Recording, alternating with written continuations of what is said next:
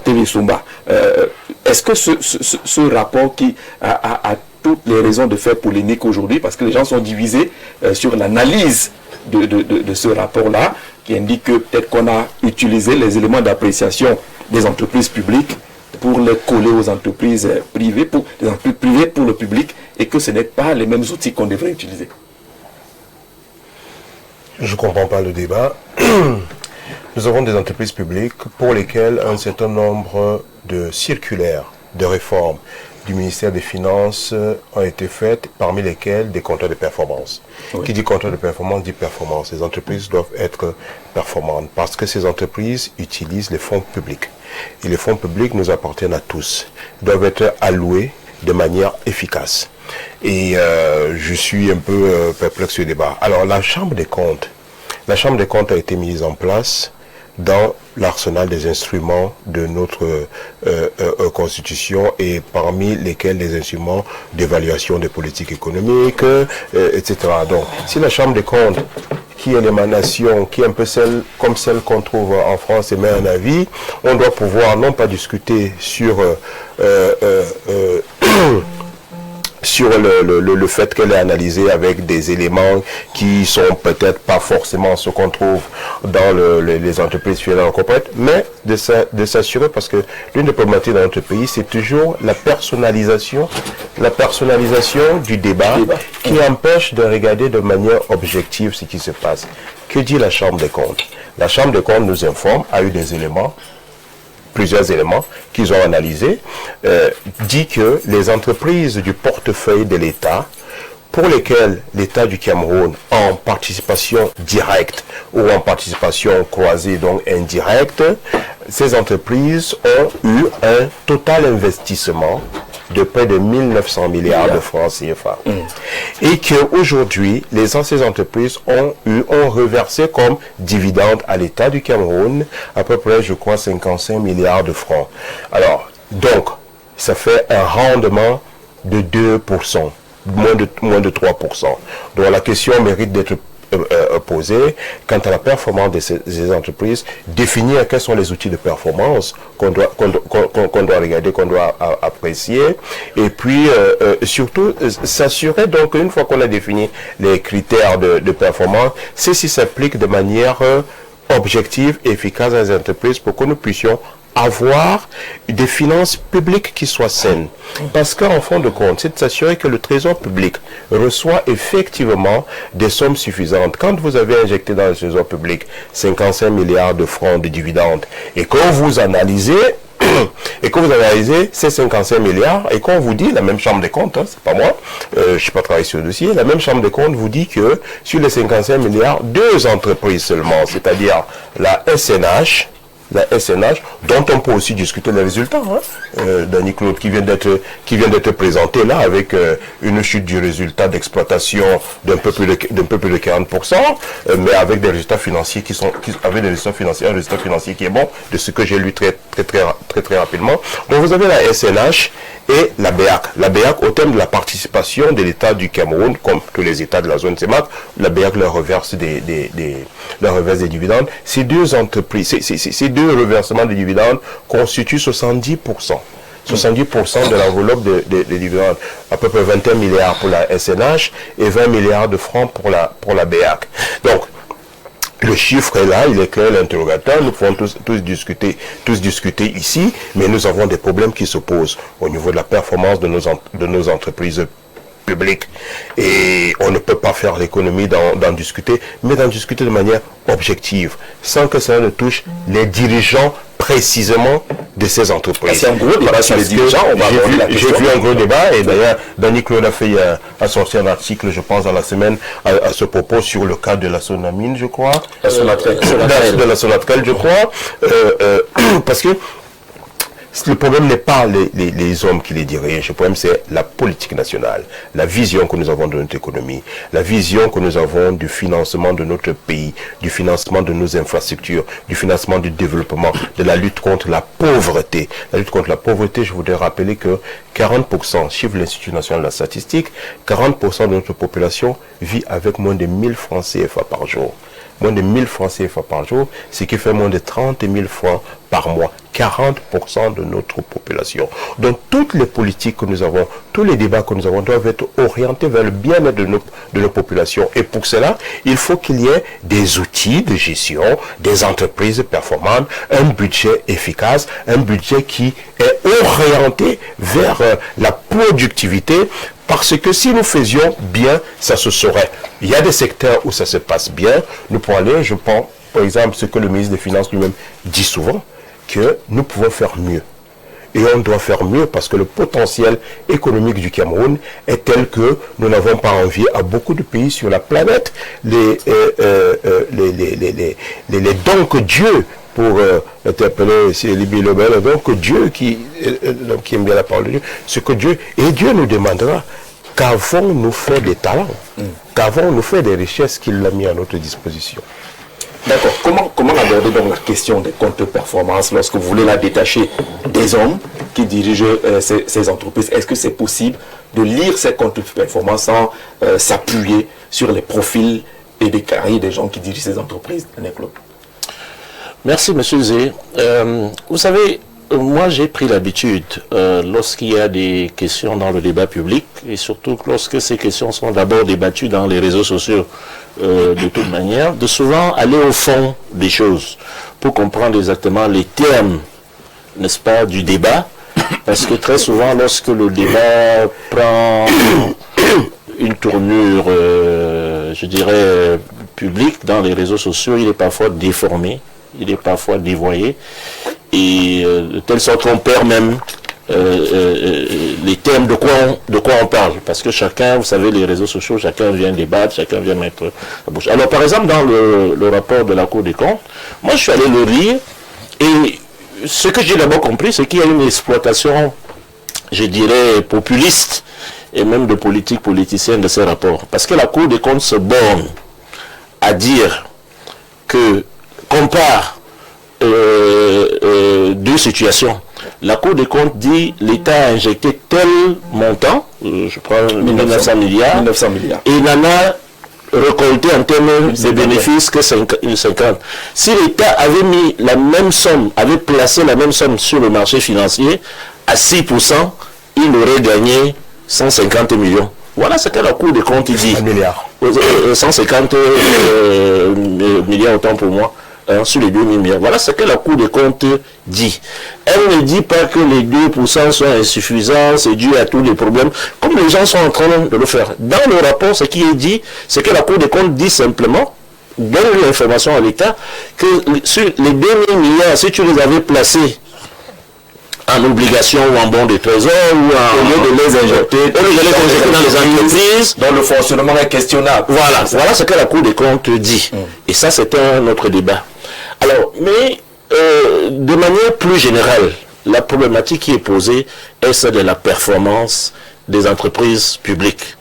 Parce que les Camerounais ont l'impression que les entreprises publiques sont sous-performantes au regard de la qualité des services.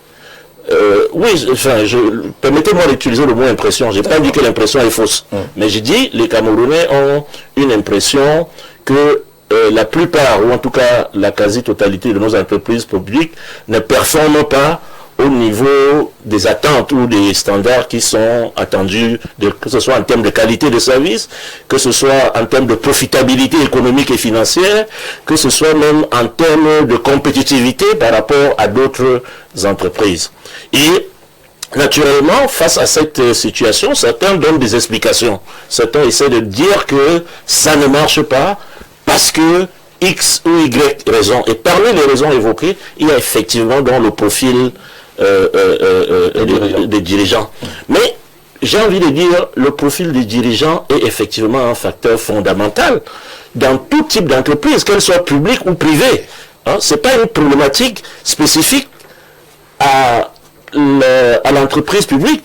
Toute entreprise doit avoir à sa tête des dirigeants au profil les plus qualifiés, et ces dirigeants, même lorsqu'ils sont recrutés sur la base de leur profil qualifié, doivent être les dirigeants compétents à travers les résultats de l'entreprise. Et je voudrais évoquer un concept économique très important et de gouvernance d'ailleurs d'entreprise qui a été développé au milieu des années 70 par deux grands chercheurs américains, Meckling et Jensen, si mes souvenirs sont exacts.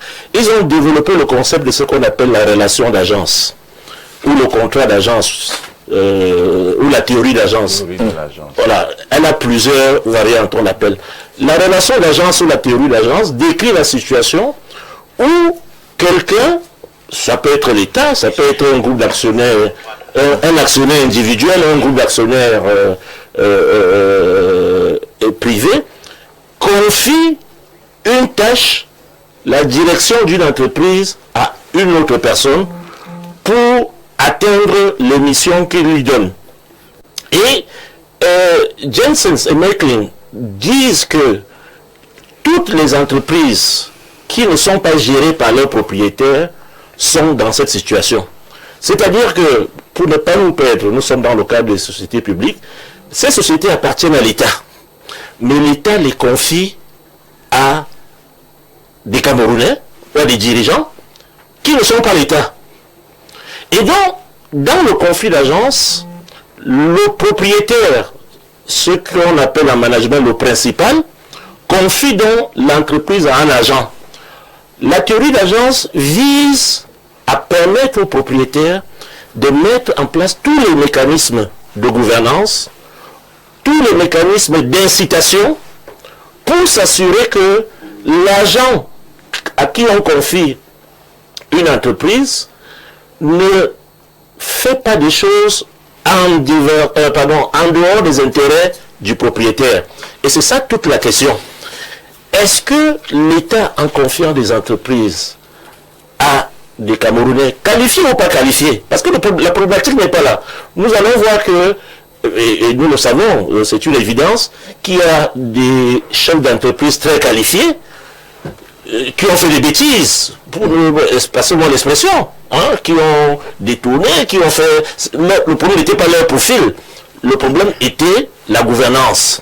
Et donc, à mon avis, le véritable problème ici, principal au départ, c'est la gouvernance qui est mise en œuvre pour s'assurer que la divergence d'intérêts qui peut naître dans toute relation d'agence, c'est ce que Jensen et Meckling expliquent, dans toute relation d'agence, il peut arriver que l'agent, c'est-à-dire celui à qui vous avez confié votre entreprise, que ce soit une entreprise publique ou privée, commence à agir pour ses intérêts, soit personnels, soit de son clan, soit de son groupe, soit de son petit réseau, au détriment des intérêts.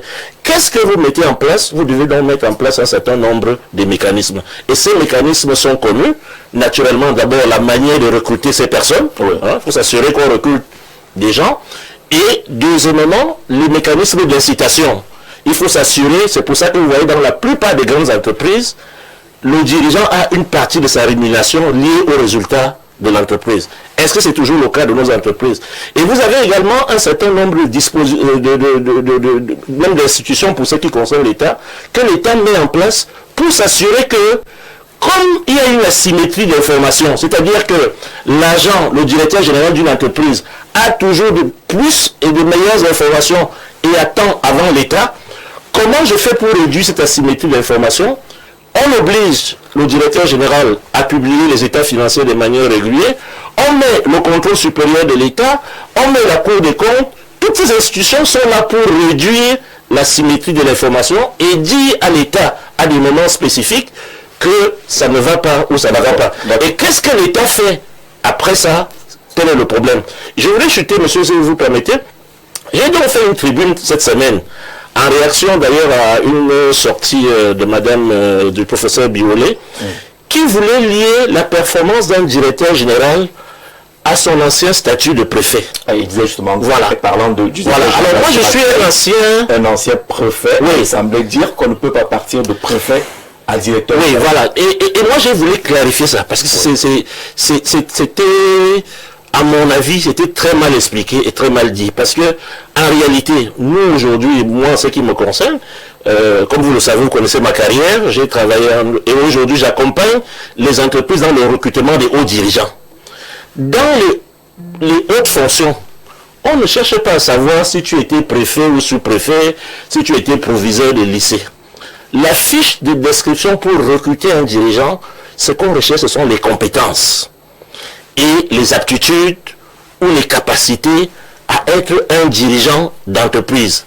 Et ces capacités peuvent être développées. Si vous êtes peut-être de la culture de management qui domine aujourd'hui anglo-saxonne, a prouvé que ces capacités sont transférables, sont transversales. C'est-à-dire quel que soit le domaine qui est le vôtre d'où vous sortez, il peut arriver que vous avez ce domaine à développer, vous a permis de développer des compétences et des aptitudes qui font que dans toute autre situation, dans une entreprise qui n'est pas forcément du profil où vous venez, vous pouvez en sortir. Il ne faut pas lier la question à la préfectorale, il ne faut pas lier la question au fait qu'il était préfet, il faut plutôt se demander, est-ce qu'au moment de sa nomination, au moment de sa nomination, il avait un certain nombre d'aptitudes ou de compétences?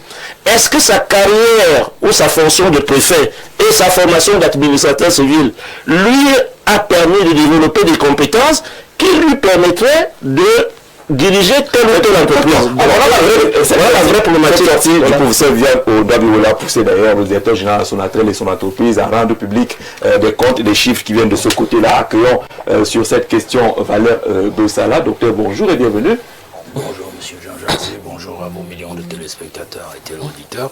Bonjour à mes copanélistes que j'ai le plaisir de retrouver aujourd'hui. Merci, bienvenue. Vous avez certainement lu ce rapport ou les extraits de ce rapport ou les chiffres semble indiquer de manière caricaturale que l'État perd beaucoup d'argent en mettant ces entreprises sous perfusion au quotidien.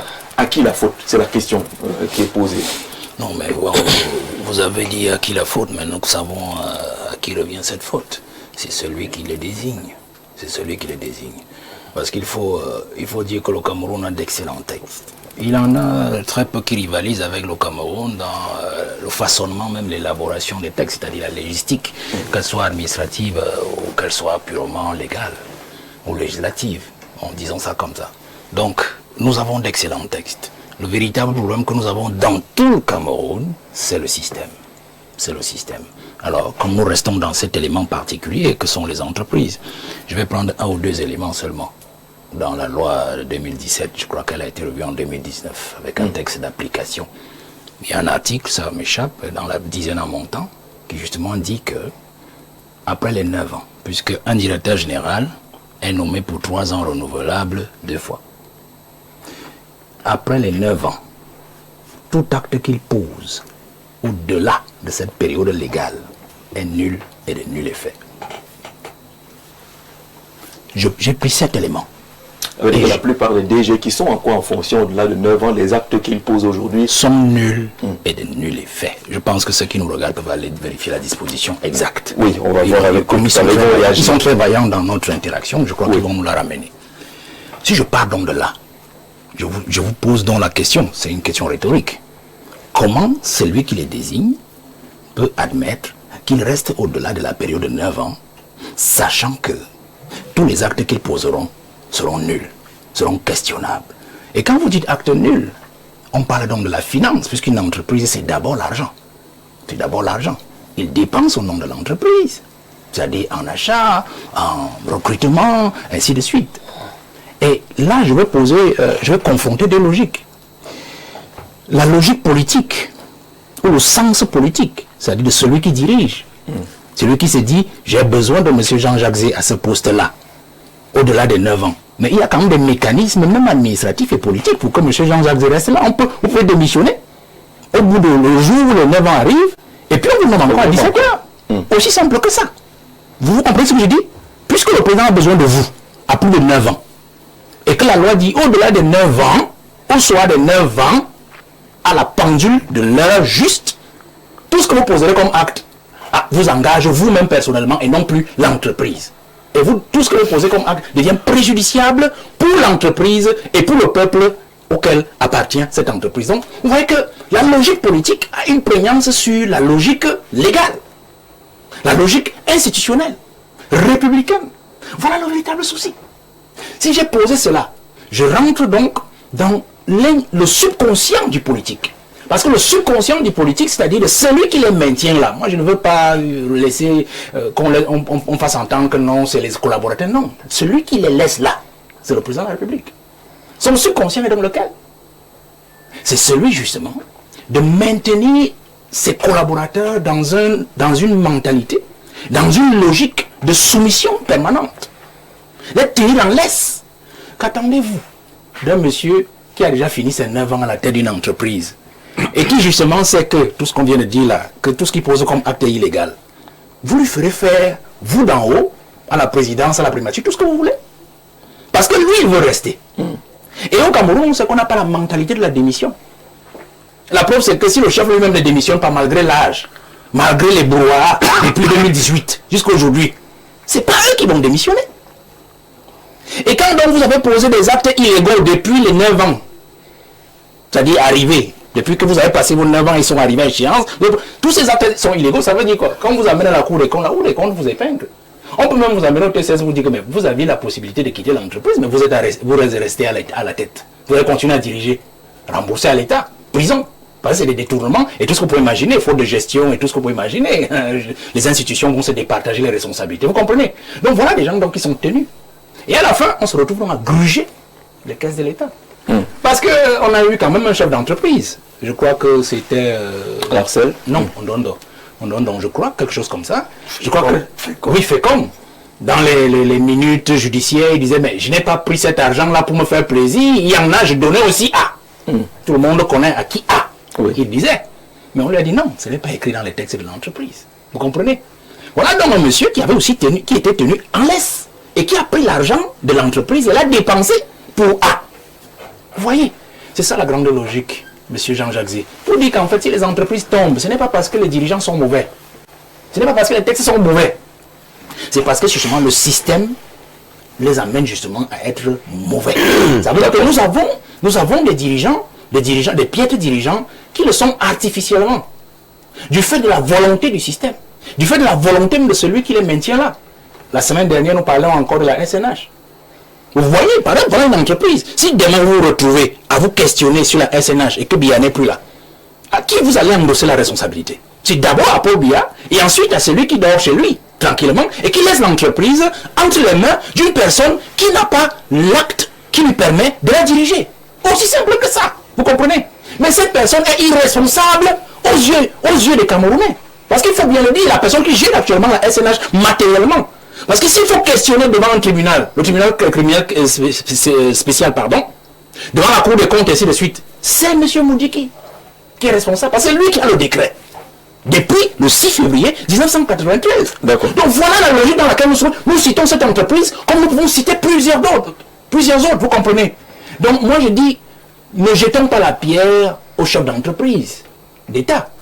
Parce que toutes les entreprises d'ailleurs, même disons-le comme ça, n'ont pas une vocation, les entreprises d'État n'ont pas vocation à faire des bénéfices financiers. Je vais aborder cette question avec tout le monde. Moi je reste sur, il a dit profitabilité, moi je préfère le terme. Parce qu'il y a une profitabilité financière, il y a une profitabilité même des services publics, il y a une profitabilité sociale. Je voudrais aborder cette question-là, donc il y a toujours un bénéfice, mais qui n'est pas toujours financier. Mais nous restons sur le fait qu'elles consomment les ressources de l'État. Et comment est-ce que ceux qui dirigent ces entreprises les utilisent? La question est plutôt dans le système et chez celui qui les maintient, malgré les exigences de la loi qui est bradée. Alors, de ceux qui contestent un peu ce rapport, Elibi Lobin, on a entendu justement ces critiques-là indiquant que la Chambre des comptes, puisqu'il s'agit de la Chambre des comptes, justement la Cour des comptes n'existe pas encore, la Chambre des comptes est restée sur les performances financières en oubliant le côté politique et le côté social de l'État. Non, moi je ne suis pas dans l'école qui veut que une entreprise ne fasse pas de bénéfices et qu'elle ait un autre type de bénéfice qu'on dirait qu'il est plus tout autant important, mais qui s'accommoderait des déficits financiers. C'est pour ça qu'elles se finissent par tomber. Vous mettez de l'argent à la régie FECAM pour qu'elle assure le transport des marchandises et des biens. C'est pour qu'elle le fasse et qu'elle gagne de l'argent. Les deux sont incompatibles et indissociables. Si elle transporte les gens et ne gagne pas de l'argent, elle finira par ne plus les transporter. C'est inéluctable. le président Abaté a dit beaucoup de choses qui méritent d'être considérées comme des enseignements. Des choses même très poignantes auxquelles les propos de Valère apportent un crédit supplémentaire.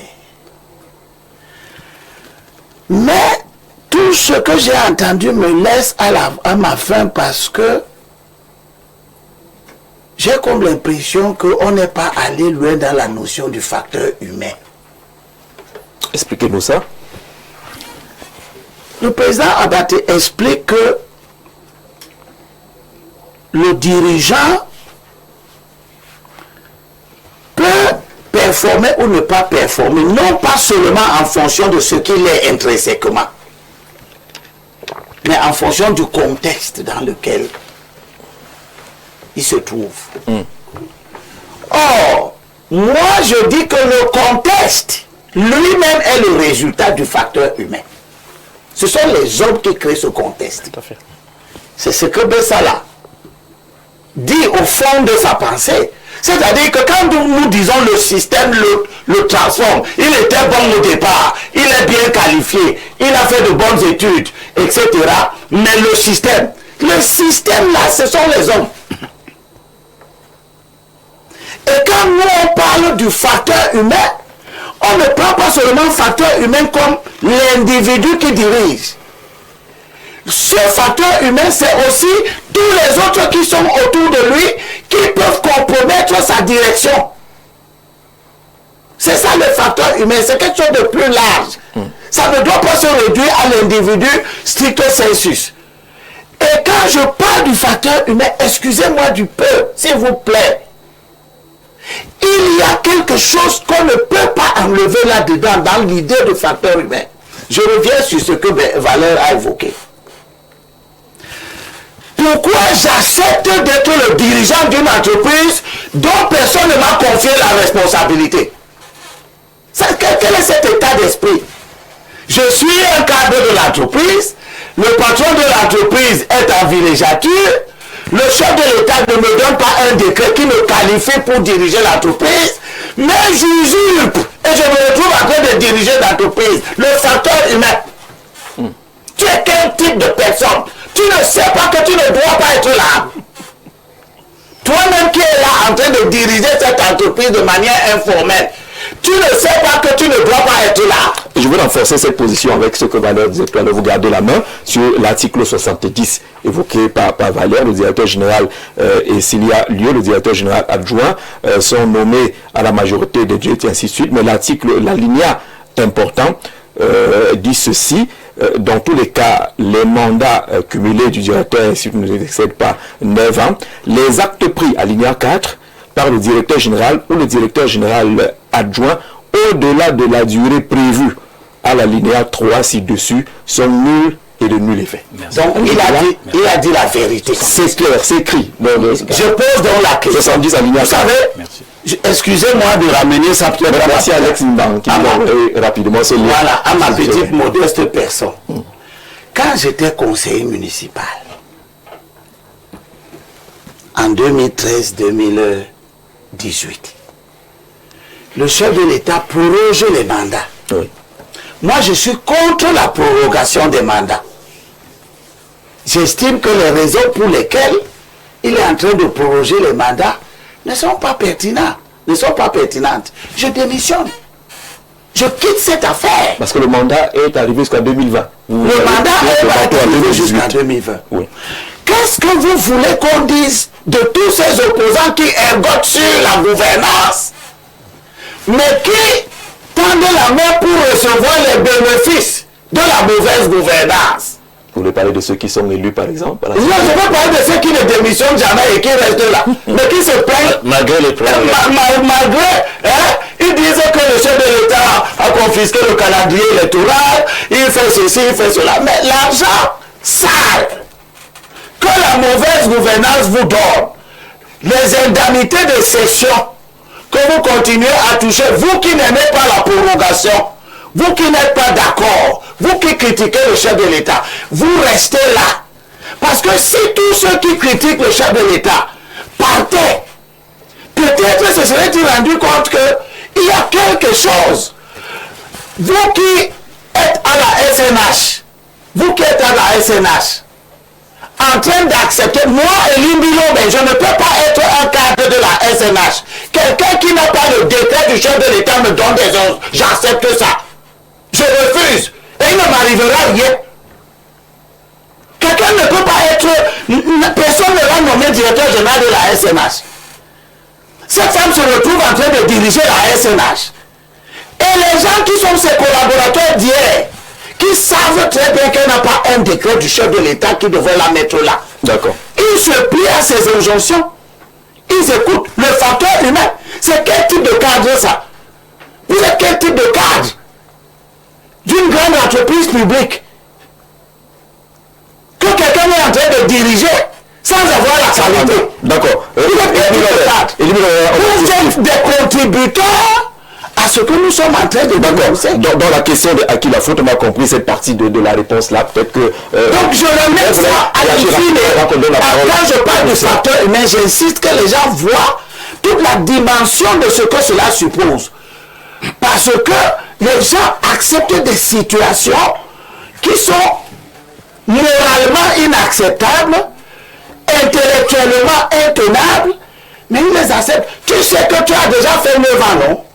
Tu sais que la loi, ou bien c'est un décret, prévoit que tu dois être là. En loi de 2017. Bon, comme le chef de l'État est mauvais, comme il est incompétent, comme il n'a pas encore eu le temps de penser que tu as déjà fait 9 ans, toi-même tu n'estimes pas que tu dois partir. D'accord, merci. Tu estimes que tu dois rester là. Hubert, sur cette question, réaction rapide avant la prise de parole du professeur. Alors, moi, je voudrais dire que justement, nous tombons dans la dérive du débat qui veut qu'on oublie ce que la Chambre des comptes a dit, a highlight. Et moi, je vais rester purement technique. Et je vais dire ceci. Vous ne pouvez pas dissocier la rentabilité des capitaux propres à la performance d'une entreprise. Et vous ne pouvez ne pas tenir compte des dividendes qui doivent être reversés par les entreprises publiques à l'État investisseur. Oui. Parce qu'il s'agit d'abord de l'État investisseur qui a consacré des revenus à ces entreprises-là. Par conséquent, lorsque ces entreprises sont performantes, sont rentables sur le plan financier, elles participent également à la stabilité budgétaire de notre État pour lui permettre de faire face à ses engagements. Et vous ne pouvez pas non plus regarder l'efficience opérationnelle, c'est-à-dire que les coûts qui sont consacrés aux services rendus, aux services attendus. Exemple, lorsque vous prenez une entreprise comme Chemotar ou alors Eneo, le service rendu c'est d'avoir de l'eau et de l'énergie pour l'autre. Et vous ne pouvez pas analyser les coûts qui sont engagés pour qu'on puisse satisfaire ce besoin-là qui est d'avoir de l'eau pour tous les Camerounais, d'avoir de l'énergie pour tous les Camerounais. Et une fois que vous avez pris cela, vous allez vous poser la question, et Denis Claude le sait, c'est qu'aujourd'hui, pour que nos entreprises puissent capter suffisamment d'argent, de financement, ou que des investisseurs viennent, parce qu'aujourd'hui on parle tous les jours des PPP, pour que des investisseurs viennent, ils vont analyser, ils vont faire de la due diligence. Et dans la due diligence, et ça va rejoindre ce que vous avez dit tout à l'heure, dans la due diligence qu'ils vont faire, ils vont faire l'analyse des risques. Et dans l'analyse des risques qu'un investisseur va faire, qu'il soit un investisseur institutionnel, un investisseur privé, qui veut participer à la croissance du Cameroun, au financement de notre économie, il va regarder le risque juridique. Et le risque juridique n'est pas seulement le risque de nos juridictions, du contexte judiciaire dans lequel nous évoluons. Est-ce que les décisions sont bien rendues? Est-ce que les décisions vont bien être rendues? Est-ce que je vais recouvrir mon argent? Le risque juridique, c'est aussi, quand vous allez ouvrir un compte en banque, et que vous êtes dirigeant d'une entreprise, on vous demande les statuts. La conformité voudrait que la banque s'assure que vous avez qualité pour ouvrir le compte et que vous avez qualité pour le gérer. Et cette qualité, elle a été donnée soit par les statuts, soit par le conseil d'administration, si vous êtes dans une entreprise, un conseil d'administration qui va vous autoriser à ouvrir un compte. Donc, l'un des risques qui va être évalué, il est corrélé sur le business profile. S'assurer que la personne qui est là a effectivement la capacité, la qualité de pouvoir agir au nom de l'entreprise. Donc, sans que ça ne devienne un débat de personnes, par exemple, puisque vous parlez de la SNH, on doit pouvoir analyser est-ce que les conditions, parce que jusque-là, nous ne sommes pas sûrs que Mme Moudjiki n'a pas reçu peut-être une dérogation, une délégation quelconque, une organisation. Mais, au niveau de l'image, au niveau du risque réputationnel qui est envoyé, il y a un problème que le directeur général de la SNH, qui a été nommé par un décret présidentiel, soit physiquement absent, puisqu'on ne le voit pas beaucoup, et que ce soit plutôt un agent, fût-il un cas de la maison, fût-il en plus épouse, qui peut poser un problème de conflit d'intérêts et qui renvoie donc un autre risque au niveau des investisseurs, au niveau de la gestion de l'entreprise. Donc, quand on va regarder la performance de l'entreprise, on doit rester technique et ensuite, on doit pouvoir sortir le débat et je suis d'accord là-dessus que un dirigeant qui reste au-delà d'une période, au-delà même de la période légale, pose le problème du renouvellement des compétences et du dynamisme d'une entreprise. Rester 20 ans au même poste, sauf quand c'est votre propriété personnelle, mais rester 20 ans sans renouvellement, sans partir, ou peut-être aller voir ailleurs. D'ailleurs, les compétences. Être compétent, c'est avoir plusieurs expériences. C'est avoir plusieurs expériences qui sont mises à la disposition de l'entreprise concernée. Et pour cela, il peut y avoir, et j'ai fini, tout simplement ce qu'on appelle la compétence sectorielle aussi. C'est-à-dire que la compétence sectorielle, c'est parce que vous avez exercé des missions similaires, semblables, dans peut-être le même secteur ou alors des secteurs parallèles et qui vous permettent d'avoir donc une compétence et une autorité quand vous devez impulser les politiques de management et de gestion d'une entreprise. 30 secondes, précision technique. J'ai oublié de préciser deux choses. Première, concernant le rapport de la Chambre des comptes. Il faut dire quand l'État, parce que, comme j'ai dit, ce débat est un peu dévoyé. Quand un État prend des participations, fait des prises de participation, et par exemple 2000 milliards, et qu'il n'a que 50 milliards de dividendes, ça ne veut pas dire que les 2000 milliards sont perdus. Hein, okay?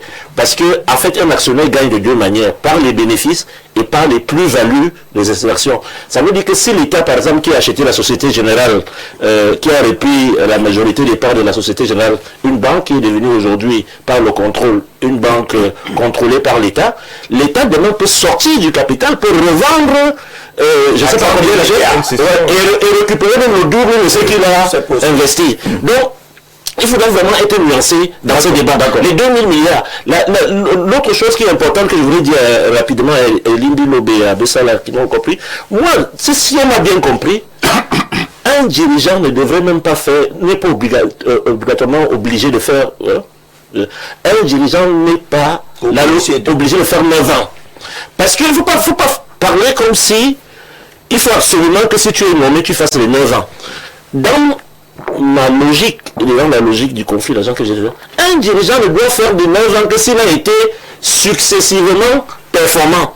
Mais si déjà pendant les 9 ans, qui sont 3 ans en réalité renouvelables, je pense, 2 fois, si on n'a pas appris à le sanctionner pour ses performances, c'est pas au bout de 9 ans qu'on va le sanctionner. Donc il faut commencer au départ. Il y a des dirigeants qui ne devraient même pas faire plus de 2 mois même, plus de 2 mois, sur la base des résultats de l'entreprise et du fait qu'ils n'ont pas atteint les objectifs que le propriétaire, l'État, les a assignés. Merci. Alors, professeur, peut-on rester seulement technique lorsqu'on parle des entreprises publiques, lorsqu'on sait que l'État gère le social, le politique, les équilibres et autres, notamment ça se voit au niveau de nos entreprises où on cherche à une représentativité, on a l'impression que c'est même l'extension du gouvernement. Lorsque tous les portefeuilles sont pris, on commence à regarder au niveau des directions générales à quelle communauté on peut donner. Est-ce qu'on peut analyser les performances en restant sur les aspects purement techniques? Bien sûr que non, on ne peut pas rester technique. Pourquoi? parce qu'on ne peut pas examiner la sphère des entreprises publiques et parapubliques au Cameroun sans l'inscrire dans une histoire des institutions politiques et économiques. L'État du Cameroun est un État de succession coloniale qui a dû faire face au moment où il accède à l'indépendance légale à un sérieux déficit en termes d'opérateurs capitalistes et qui va donc mettre en place un certain nombre de structures pour essayer de conduire le développement du Cameroun suivant une logique d'interventionnisme économique. Une partie de cet interventionnisme économique consistera à créer une classe d'hommes d'affaires à travers un certain nombre de mesures, des mesures fiscales, des mesures commerciales et autres. De l'autre côté, l'État va mettre en place donc des pavillons économiques, et ce sont ces pavillons économiques qui correspondent donc aux entreprises publiques et parapubliques, quel que soit leur statut juridique. Bien entendu, les conditions économiques du monde ont évolué. Et cet État interventionniste a dû faire face, avec la montée de la logique de l'ajustement structurel, à de nouvelles rationalités économiques. Ce sont ces rationalités d'adaptation au régime dominant, qui est le régime néolibéral, qui vont donc produire de nouveaux standards en termes de management. Il y a également des évolutions du droit interrégional, notamment du droit OHADA, qui doivent être prises en compte. Le problème qui se pose ici, c'est donc le conflit entre plusieurs rationalités. Et la rationalité qui consiste et qui persiste de manière dominante, c'est ce qu'on peut appeler la ratione supremitatis, c'est-à-dire en raison de la souveraineté.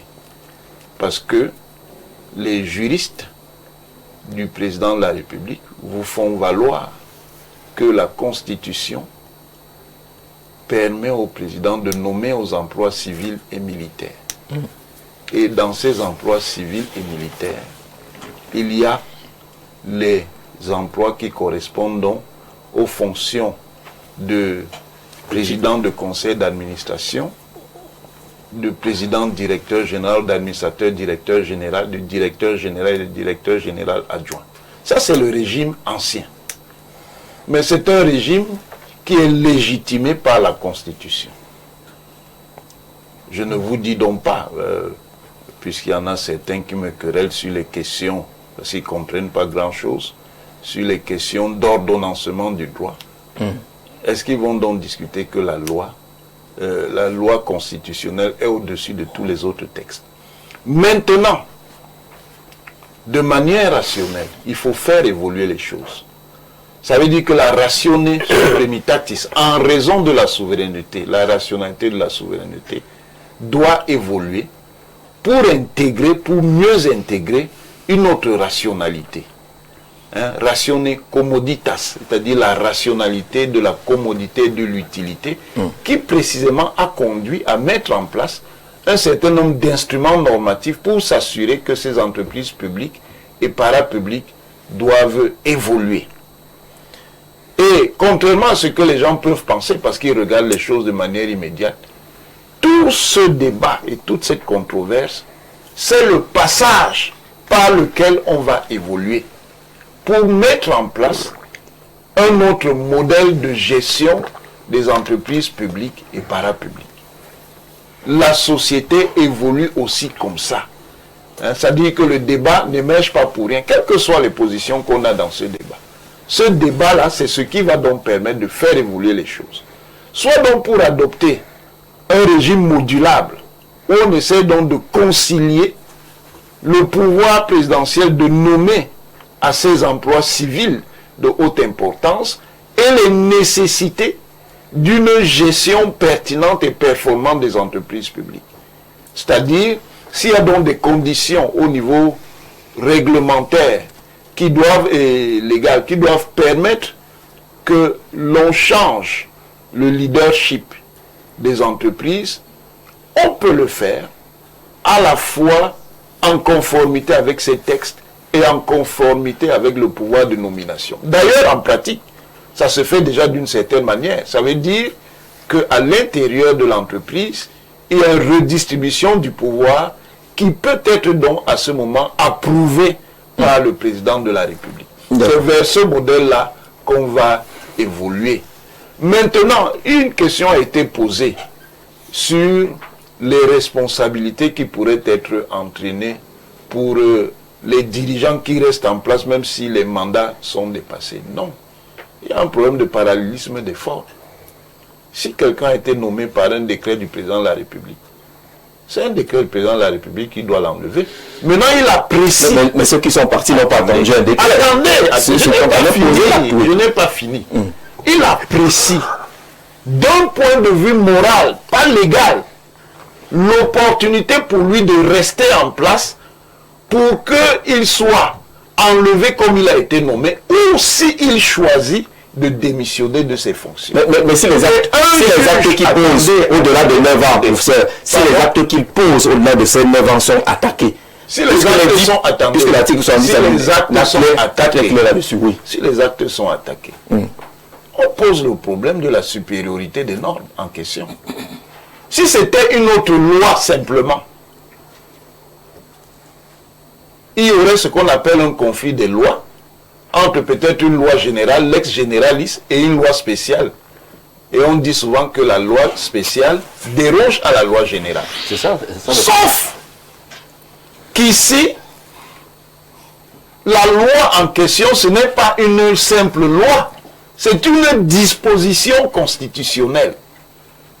Ceux qui aiment tant donc la hiérarchie des textes qu'ils aiment exposer, voilà alors la hiérarchie des textes, cette fois-ci. Une disposition constitutionnelle est supérieure à la loi ordinaire. C'est le bouclier qui, sur le plan formel... Donc, la disposition constitutionnelle qui est au-dessus, c'est que le chef d'État nomme à tous les emplois. Mais c'est pas ça le débat, à mon avis. C'est pas ça le débat. La loi n'interdit pas au chef de l'État de nommer aux hautes fonctions civiles et militaires. C'est pas ça le débat. La loi le permet. La loi ne le permet pas. Nous parlons là d'une disposition spécifique qui limite les mandats de ceux qui sont d'accord. La disposition spécifique ne joue que quand on a des textes de même niveau. Hein? C'est-à-dire, si c'était une simple loi qui disait que le président de la République nomme à ceci, à cela, oui, là, le mécanisme de la loi spéciale prendrait le pas. D'accord. Mais on a une disposition constitutionnelle. C'est là où nous ne sommes pas d'accord. Non, c'est pas un problème. C'est là où nous ne sommes pas d'accord. Parce que nous ne mettons pas en cause la disposition constitutionnelle qui donne la prérogative au président de la République de nommer. Ce n'est pas de ça qu'il s'agit. Ce dont nous parlons ici, il ne semble pas que la Constitution légifère sur les questions des mandats des dirigeants. Il ne semble pas. Nous sommes d'accord. Voilà. Donc, du moment où il y a une disposition qui n'est pas dans la... Parce que je suis d'accord avec votre raisonnement théorique spécial. Professeur, je suis... Voilà. Mais nous disons ici que la disposition qui limite ou qui renouvelle les mandats des dirigeants n'est pas une affaire constitutionnelle. Ça n'est pas... La Constitution ne règle pas cette disposition-là. Que le principe, lex spécialiste, dérogatoire, lex généraliste, ne joue que quand on a des textes qui sont de même niveau, c'est-à-dire des lois au sens strict. Là, on a une disposition constitutionnelle qui est clairement au-dessus. Maintenant, je l'ai dit, c'est la pragmatique qui permet de résoudre la situation. Ça veut dire qu'il faut donc maintenant trouver un régime de modulation qui va permettre de respecter le pouvoir de nomination du président et le respect des dispositions de la loi spéciale qui permet de favoriser la performance des entreprises publiques et parapubliques. D'accord, on a pris, lorsqu'on préparait cette émission, vous avez réagi tous, on a pris lorsqu'on préparait cette émission, on a rencontré un directeur général qui a indiqué que vous avez observé que ces rapports-là ne concernent pas le directeur général. Il y aurait eu des instructions qui seraient venues pour qu'on ne s'occupe pas de cette situation de la longévité ou au poste du non-respect de la loi de 2017 et même que le chef de l'État se serait un peu senti piégé par cette loi parce qu'on l'a mené à se débarrasser d'un ensemble de collaborateurs d'un seul coup. Ce qui pourrait également fragiliser. Non, ça, ce sont des interprétations. Oui, on est d'accord sur les interprétations.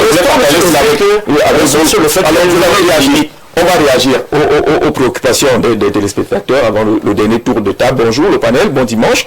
Merci à vous qui prenez de votre précieux temps pour nous édifier sur les sujets aussi importants pour notre pays. Je salue les propos de Valère Bessala et Libi Lobet, très belle analyse de la situation. Il n'y a pas de questions de façon claire. Permettez-moi tout d'abord de saluer chaleureusement les panélistes avec une mention particulière au grand professeur Mathias Eriko Nangini.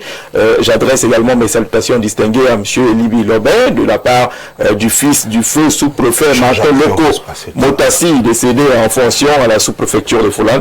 Pour ma part, je pense que la contre-performance des entreprises publiques au Cameroun est une responsabilité partagée. L'État doit renforcer la bonne gouvernance et nommer les dirigeants sur la base de leurs compétences. De leur côté, les responsables de ces entreprises doivent gérer les ressources publiques avec transparence, efficacité et rendre compte des résultats. Aurélien et Toke Motassi depuis Kiev en Ukraine. Merci de nous regarder là-bas. On va en France. Bonjour le panel et vous, particulièrement Jean-Jacques Zé. Comme le docteur l'explique, le Cameroun a de très bons textes, mais du moins, par exemple, à d'autres pays africains. Par contre, ce qui tue les textes au Cameroun, c'est la complexité avec laquelle nos intellectuels que nous respectons veulent utiliser la loi pour justifier la mauvaise gestion. La loi est la loi, mais la loi a plus de valeur, ou du moins est mieux appréciée lorsqu'elle est appliquée dans l'esprit de la loi. Shalom à toi également, au frère du côté de la France. Donc si je comprends bien le professeur Mathias Eriko Nangini, le président de la République, peut violer les lois de son propre pays. C'est une interrogation au regard du développement qui a été fait. Jean-Jacques, bonjour. Ma prière est simple, que le docteur Valère Bessala reste inébranlable dans ses convictions et qu'il n'oublie jamais qu'il compte aujourd'hui parmi les personnalités publiques les plus écoutées de notre pays. Nous, ses auditeurs, apprenons énormément à son contact. Je ne manque d'ailleurs aucun débat du dimanche et où il est invité et c'est devenu un rendez-vous. Jean-Noël Adjongo, ils sont nombreux ces messages-là, mais on va aller aux questions. Prenons des cas de figure qui peuvent interroger les performances ou le côté social. Si on prend Camtel, qui a des recrutements au quotidien, les chiffres sont connus. Si on prend Camerco, qui a également des recrutements qui ont gêné les dirigeants actuels, et là-bas on répond que non, ne posez pas de questions sur ces recrutements parce que c'est l'État qui voit d'abord le social. Il faut occuper les citoyens. Est-ce que ça tient, Valère? Non, je crois qu'on va d'abord recentrer sur le plan juridique, parce que pour ça, fait des incursions sur le plan juridique. On ne va pas opposer la Constitution à une autre loi. Restons d'abord clairs. Si on reste sur ce qu'il appelle justement la rationnée suprématis, c'est-à-dire la Constitution qui donne en fait le là institutionnel global. Mais il faut savoir que dans la légistique des actes, on égrène les actes de façon décrescendo. C'est-à-dire que vous avez par exemple les textes cadres ou les lois cadres. La Constitution est une loi cadre suprême, c'est-à-dire qui fixe le cadre. Vraiment, parlons trivialement pour ceux qui sont à la maison, elle fixe un cadre de comportement, un cadre d'application, un cadre d'agissement dans un contexte qui est national de notre État. C'est ça la Constitution. Il y a donc les lois cadres infraconstitutionnelles, parce que la Constitution est la loi cadre suprême, mais il y a les lois cadres infraconstitutionnelles qui concernent maintenant certains secteurs particuliers. Par exemple, la loi sur le commerce, la loi sur les activités économiques, la loi sur, ainsi de suite, ainsi de suite. Donc, elles sont beaucoup plus spéciales. Il y a ensuite, en dessous, il y a des lois organiques. C'est-à-dire organiques, comme son terme l'indique, c'est-à-dire qui organisent le fonctionnement d'un secteur ou d'un ensemble de comportements dans un milieu donné. Vous voyez? Si je reste seulement sur ce type d'actes, on va donc se dire quoi? Que voilà la Constitution qui est en fait une loi cadre suprême qui dit que le président de la République nomme aux emplois civils et militaires. Point. Point. Cette Constitution-là n'a pas vocation à organiser les secteurs où le président de la République nomme aux emplois civils et militaires. La Constitution ne dit pas que il nomme aux emplois civils et militaires au-delà des périodes légales qui sont prévues par les lois organiques infra ou les lois cadres infra. Il nomme, mais il doit rester dans cet encadrement. Non, la Constitution ne dit non plus ce que vous dites. Oui. Là, elle dit seulement il nomme aux emplois civils et militaires, point. C'est donc une loi cadre, et même qui est organique, celle de 2017, qui vient dire que, comme le président nomme aux emplois civils et militaires, point, il peut quand même nommer quelqu'un pour une durée de 9 ans. Au-delà de 9 ans, la période tombe, article 70, alinéa 4, dans tous les actes que la personne pose, tombe sous le coup de la nullité. Oui. Aussi simple que ça. Mais peut-être on ne m'a pas bien suivi. J'ai dit le président de la République, pas au soir de vos 9 ans, c'est-à-dire l'échéance de vos 9 ans. Il vous demande de déposer la démission. Et il vous le nomme au lendemain. Mais c'est ce que je dis. Vous comprenez? C'est le droit. Je crois qu'il y a une logique constitutionnelle ailleurs, par exemple, je crois en Côte d'Ivoire et dans notre pays, je crois, j'ai vu ça aussi, je crois au Bénin. Au Bénin. C'est-à-dire que après une élection, la Constitution dit clairement, allez, le gouvernement démissionne. Le Premier ministre démissionne, il pose sa démission. Et on voit le président de la République 2 ou 3 jours après, il le nomme à nouveau. Donc on respecte d'abord la loi. Le droit modulable. Et on réutilise notre fonction constitutionnelle qui veut qu'on nomme aux emplois civils et militaires. Ça veut dire que le problème n'est pas la loi, n'est pas la Constitution. Le problème n'est pas non plus l'autre loi, cadre ou organique. Vous comprenez, infra-constitutionnel. Vous comprenez? Le problème, c'est le président. Parce qu'une fois que vous arrivez au soir de vos 9 ans, c'est au président de vous dire, monsieur, les 9 ans sont arrivés là. Donnez-moi votre démission. Et si je veux encore de vous, à 17h le lendemain, je vous nomme encore. Ou bien si c'est le conseil d'administration qui vous désigne, parce que j'ai dit au conseil qu'on propose votre nom, je dis au conseil, renouvelez un autre 9 ans à ce monsieur. Vous comprenez ce que je dis? D'accord. Ajoute une explication.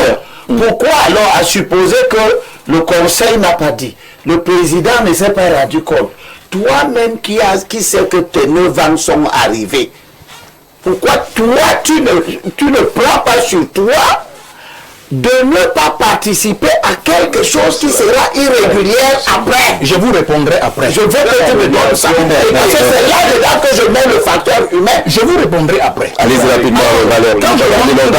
Quand je rentre donc sur notre loi telle qu'elle est là, il a parlé de la ratio commodis ou commoditatis. C'est-à-dire que pour que nous puissions bien fonctionner, nous avons besoin de ceci. La ratio necessitatis, ceci est important pour que nous puissions atteindre des résultats. Absolument. Mais nous avons aussi quand même le principe de subsidiarité. Faites attention, parce qu'il y a des lois qui s'imposent à la Constitution du fait qu'elle règle quelque chose plus spécifiquement. Il a parlé de Rex Speciali, Generali, Derogat. C'est ça en fait, le fond c'est le principe de subsidiarité. C'est-à-dire que une loi dit la Constitution est générale, elle est généraliste, mais moi je m'occupe de ce secteur. Alors ce que je dis ici, c'est ce qui doit primer à la lettre près. D'accord. Alors, je voudrais donc dire à tête que quand on parle de cet élément, moi j'ai répondu à cette question. Nous avons à l'Arcel, je ne sais plus comment on l'appelait, il a démissionné.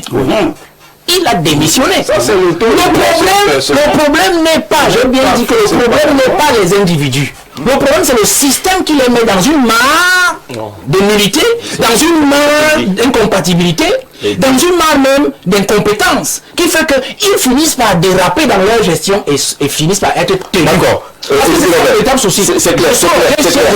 Si le directeur général de la ACEL, il a démissionné depuis. Mais vous l'avez entendu, on a pris au TCS, on a pris ceci, les malversations. Non, c'est un monsieur qui avait sa conscience tranquille. Il avait sa conscience tranquille. Donc, si les gens n'ont pas leur conscience tranquille dans leur gestion, ils vont toujours rester là et dire, comme le professeur disait, c'est un décret qui m'a nommé. C'est un décret qui m'a enlevé. Alors que normalement, il peut démissionner. Rapidement, oui. C'est bien qu'il ait fini. Il peut aussi démissionner parce que c'est là que moi je situe les choses. C'est devenu trop facile pour tout le monde de renvoyer la responsabilité au chef de l'État. Il a raison. S'il a dit que c'est toi qui nommes aux emplois civils et militaires, il est implicitement dit là-dedans que c'est toi qui dois veiller à ce que ces emplois civils et militaires soient de bonne qualité et fonctionnent bien. C'est implicite. Parce que le Constitution ne prévoit pas que tu nommes pour que ça se fasse mal. Donc, comme il veut que ça se fasse bien, il te donne cette responsabilité, il te donne aussi, du coup, la responsabilité de veiller sur la qualité des gens. Mais, quand j'évoque le facteur humain, j'évoque beaucoup d'autres choses qui renvoient à l'individu lui-même. j'évoque l'éducation de base, le système des valeurs de chacun. Et je reviens sur ce qu'il dit. La bonne gouvernance ne peut pas être de la responsabilité seulement du chef de l'État.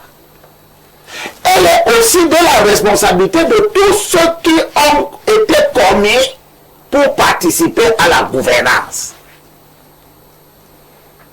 L'idée que le système rend les gens mauvais, c'est une idée, c'est là où nous nous séparons. Le système n'a pas à me rendre mauvais. Je suis venu dans le système, j'étais bon. J'en suis conscient. Si vous voulez déjà me rendre mauvais avec vos mauvaises façons de faire, je pars. Si je ne pars pas, c'est que je suis d'accord avec ce que vous faites. Vous pouvez Et ce n'est plus une affaire où on dit que c'est le système qui me rend mauvais. Le système ne prévoit pas que je détourne. Le système ne prévoit pas que je recrute les gens de mon village. Le système prévoit que l'entreprise a une dimension sociale. Elle doit recruter, elle doit donner des emplois. Le système ne prévoit pas que l'entreprise doit fonctionner à perte. Au nom du social, aucun système n'a prévu ça. Qu'une entreprise, même le système communiste s'est effondré parce qu'il fonctionnait à perte. À partir de ce moment-là, je suis le directeur général. L'État injecte de l'argent. Je fais fonctionner cet argent. Je ne rapporte pas à due concurrence de ce que l'État a injecté. Moi-même, je le vois.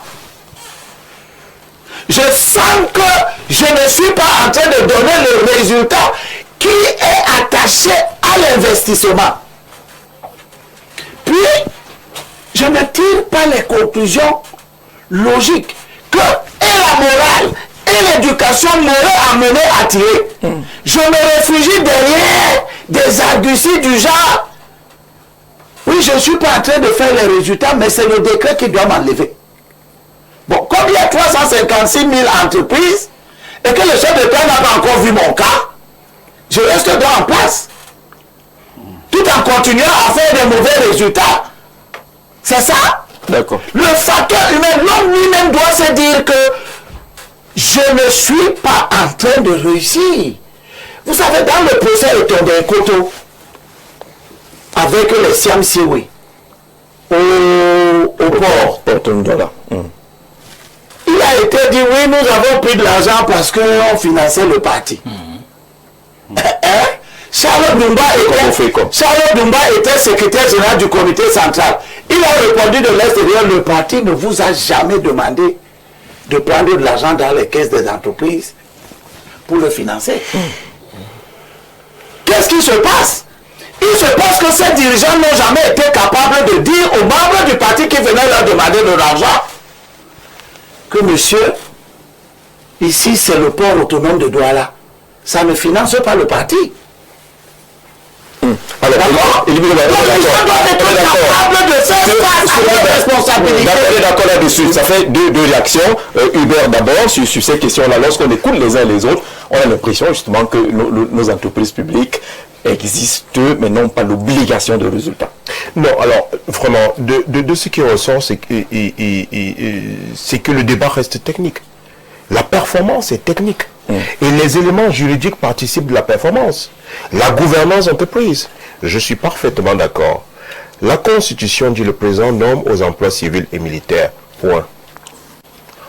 Ensuite, la Constitution ne dit pas que, et d'ailleurs lui-même ne s'en prévaut pas, que le président est Dieu et qu'il laisse des gens dans des entreprises ad vitam aeternam comme cela se fait. Non, le président lui-même ne s'en prévaut pas. Maintenant, il y a un problème de gouvernance derrière qu'il faut voir, Valère. C'est que, et parmi les réformes que le ministre des Finances a préconisées, c'est la professionnalisation des conseils d'administration avec plus d'administrateurs indépendants. Parce que les conseils d'administration de ces entreprises publiques sont constitués de qui?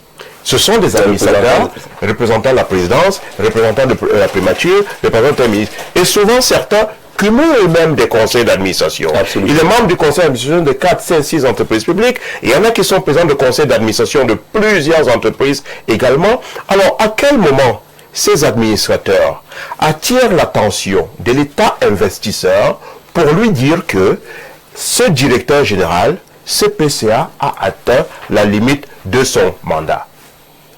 C'est peut-être l'occasion d'avoir des administrateurs indépendants qui, eux, ne sont pas des fonctionnaires, qui sont là pour de la rente viagère et qui peuvent dire de manière libre et indépendante que Monsieur le Président de la République, tel directeur général a atteint.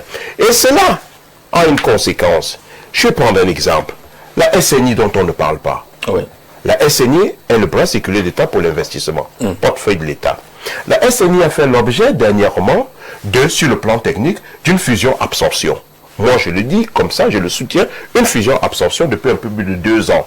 CTPL reversé, les activités de CTPL reversées, les activités de CTR reversées, les activités du bureau de mise à niveau reversées. Il faudrait peut-être préciser derrière les sigles ce qu'il y a.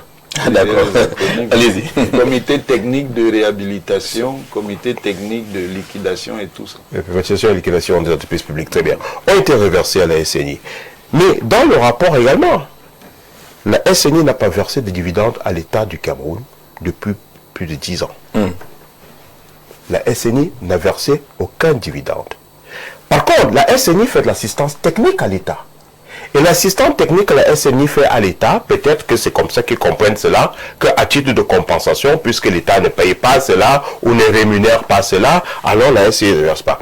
Donc, vous ne pouvez absolument pas, aujourd'hui, et je finis par là, dire que le débat sur la performance des entreprises publiques, qui est basé sur le fait qu'elles doivent rendre compte, elles doivent avoir une rentabilité financière, elles doivent avoir une efficience opérationnelle, elles doivent rendre service aux Camerounais, elles doivent surtout permettre à l'État investisseur de mieux investir, et je suis d'accord avec ce que M. Limbi Lobé dit, mais c'est sur un plan purement philosophique, c'est-à-dire que l'État, nous en tant que techniciens, nous ne regardons pas simplement l'État aujourd'hui est un grand investisseur. L'État est un investisseur à travers des fonds d'investissement. Il y a des fonds souverains. Il y a des fonds souverains dans énormément de pays. Il y a des fonds intergénérationnels qui sont basés sur des ressources, des revenus qui sont générés par des activités, par des activités publiques. Vous allez voir un cas, la Sonara par exemple. La Sonara aujourd'hui avait une dette. On est en train d'assainir la situation financière nationale. La Sonara a une très grosse dette. Et comment a été prolongée cette dette-là? Par un mécanisme que payent tous les Camerounais, c'est-à-dire 47,88% prélevé sur le prix à la pompe, qui sert exclusivement et prioritairement à rembourser la dette.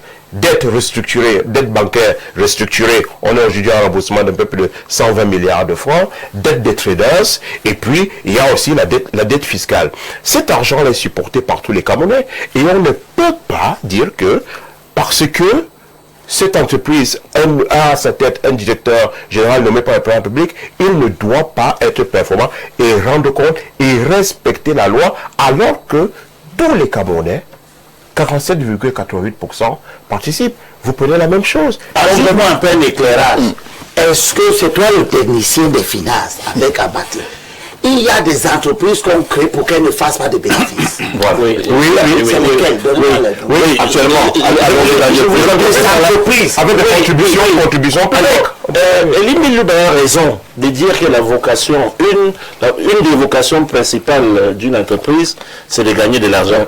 Parce que ce sont des ressources financières qui permettent de pérenniser l'entreprise. Mais nous savons qu'au plan du management public, il y a des secteurs d'activité qui sont nécessairement déficitaires. Parce que l'entreprise n'est pas en mesure de fonctionner suivant les conditions du marché dans la plupart des pays. Si vous prenez par exemple les entreprises du secteur de l'eau, vous verrez qu'en général dans la plupart des pays, les entreprises publiques, elles sont en déficit. Pourquoi? Parce que l'entreprise ne veut pas fixer le vrai prix économique compte tenu de la dimension sociale de l'activité qu'elle mène. Donc vous avez un certain nombre de secteurs comme ça. Si vous avez une entreprise publique dans le secteur des carburants, une entreprise publique, soit elle fixe le prix selon les conditions du marché, soit l'État lui dit, mon ami, non, si le litre de carburant devient à 2000 au Cameroun, qui est la logique économique du marché, les Camerounais vont se soulever, garder le prix où tu es, ça va te rendre déficitaire, tu ne pourras pas gagner de l'argent, et en compensation, je vais te faire des subventions. C'est un peu la logique des subventions de l'État à certaines entreprises ou à certains secteurs d'activité. C'est parce que l'État est conscient que l'entreprise ne peut pas opérer dans les conditions économiques du marché. Donc oui, mais il faut que cela soit clair. Mais Elie Biloba, effectivement, si vous êtes président de la République au Cameroun, vous serez obligé de subventionner un certain nombre d'activités, un certain nombre d'entreprises, parce que ces entreprises sont dans un secteur où il y a une dimension sociale forte. Que ce soit le secteur de l'immobilier, si vous êtes par exemple la SIC, vous serez obligé d'atténuer par rapport à une entreprise. Mais moi j'étais un peu gêné parce que ce débat à un moment est devenu trop juridique. Il y a eu beaucoup d'aspects juridiques et même on a commencé à se focaliser sur un facteur qui est le mandat, la durée des mandats des dirigeants d'entreprise. Mais je crois que j'avoue peut-être que je ne me suis pas fait bien comprendre, j'assume cela. Vous savez, quand on analyse un secteur, on analyse un domaine, il faut toujours avoir les instruments ou les outils qui permettent et qui sont des outils universels. Je reviens à mon concept de théorie de l'agence. Et pour qu'il soit simplement compris par tous nos téléspectateurs, la relation d'agence est une relation qui décrit une situation où chaque fois, même pour vous le privé, si vous achetez un taxi, vous êtes un travailleur dans n'importe quoi, vous achetez un taxi que vous voulez confier à un chauffeur qui conduit votre taxi, vous êtes dans une relation d'agence. Parce que ce que vous voulez, c'est que le taximan qui conduit votre taxi le conduise, préserve votre outil qui est le taxi, vous reversez les recettes, ne faites pas autre chose. Mais comment je fais pour que le taximan qui est dehors, et je n'ai pas de caméra sur lui, je ne suis pas derrière lui, comment je fais pour que le taximan travaille dans le meilleur intérêt de mon objectif? C'est la même situation dans laquelle l'État se retrouve avec des entreprises publiques. Si vous permettez. Laissez-moi terminer parce que c'est important, parce que je voudrais situer la question de la limitation des mandats, renouvellement. L'État doit donc mettre, le propriétaire de manière générale, et puisque nous parlons d'entreprise publique, doit mettre en place des mécanismes de gouvernance. Donc certains sont des mécanismes d'incitation. Vous verrez que la rémunération des dirigeants est souvent liée au résultat. D'autres sont des mécanismes de contrôle. On met en place un certain nombre de dispositions et la limitation des mandats y participe. La limitation est un instrument de gouvernance, de gouvernance pour empêcher qu'un dirigeant, parce que l'État, tout propriétaire, c'est que quelles que soient les relations politiques, les équilibres politiques que je veux faire, il est possible, l'a dit, il y a des dirigeants qui ont détourné, c'est pas l'État qui les a demandé de détourner. Il y a d'autres qui ont dit qu'on a fait ceci. Donc, il est possible que l'agent se comporte de manière à entretenir des intérêts qui sont divergents aux intérêts du propriétaire. Et la limitation des mandats, donc, la limitation des mandats ou leur renouvellement tous les 3 ans, participe à créer les conditions pour que le propriétaire, l'État, s'assure que celui que je mets là, au-delà de tout ce que je lui donne comme avantage pour bien performer, pour l'inciter à bien former, je mets également des garde-fous pour qu'il ne se comporte pas de manière qui tue l'outil. Et si je me rends compte que c'est le cas, j'ai la possibilité de pas. Et nous disons donc que le problème au Cameroun, c'est que ces instruments de gouvernance ne fonctionnent pas très bien, de manière efficace, que ce soit pendant que le gars, le dirigeant est en place, et bien entendu, si ça ne fonctionne pas pendant cette période où il est en place, où il a le mandat, vous comprenez qu'il est encore illusoire d'attendre que ça fonctionne, quand pour des raisons légales, il n'est plus... D'accord, on va sortir de cette thématique-là avec les questions de réforme. Peut-on faire autrement?